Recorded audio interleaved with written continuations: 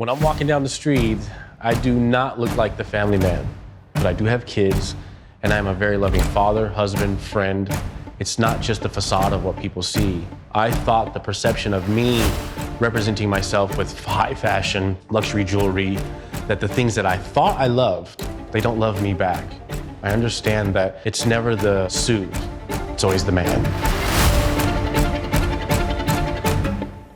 I was a military family, so I was born in Germany. We migrated all over the place, all the way from Denver to New Jersey to New York. I stayed in New York.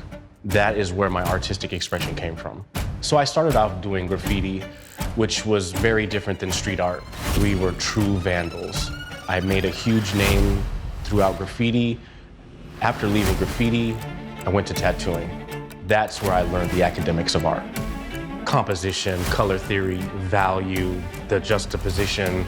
Because in graffiti, we work on such a large scale. So it was kind of hard to take that really large scale and micro dot it to somebody's skin. When I moved to Miami, I thought it was the worst decision I've ever made. And it actually became the best decision I've ever made. Miami says, if you're talented, we will showcase you. And oddly enough, they had open arms for me, and I am very grateful for that.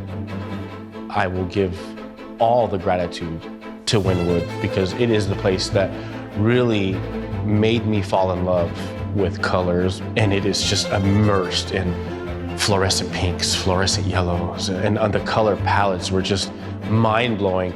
And it was very inspiring to see the artistic expression of other artists. And Wynwood had such a vibe that I was not used to, that it just really kind of engulfed me and truly inspired me as far as my color palette. I start out every single painting with a sketch. From the sketch, I move to putting it on the background that I apply with aerosol paint.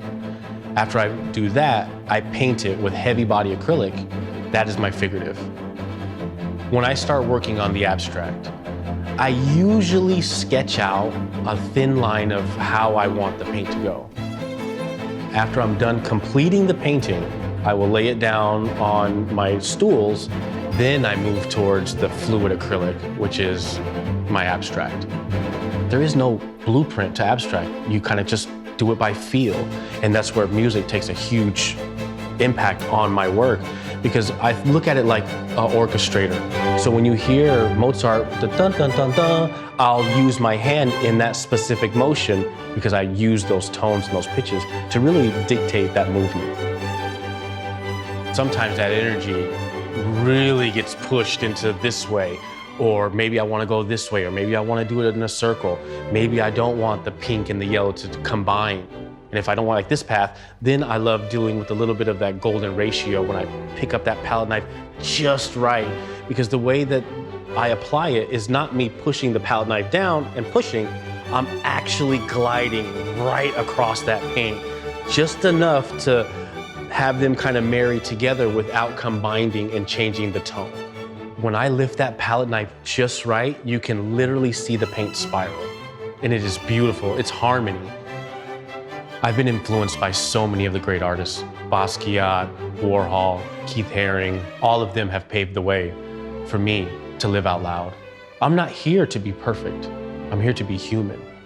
I'm showcasing what my art truly is. There's only ever gonna be one Picasso. There's only ever gonna be one Warhol. There's only ever gonna be one of the greats. And there will only ever be one KRE8.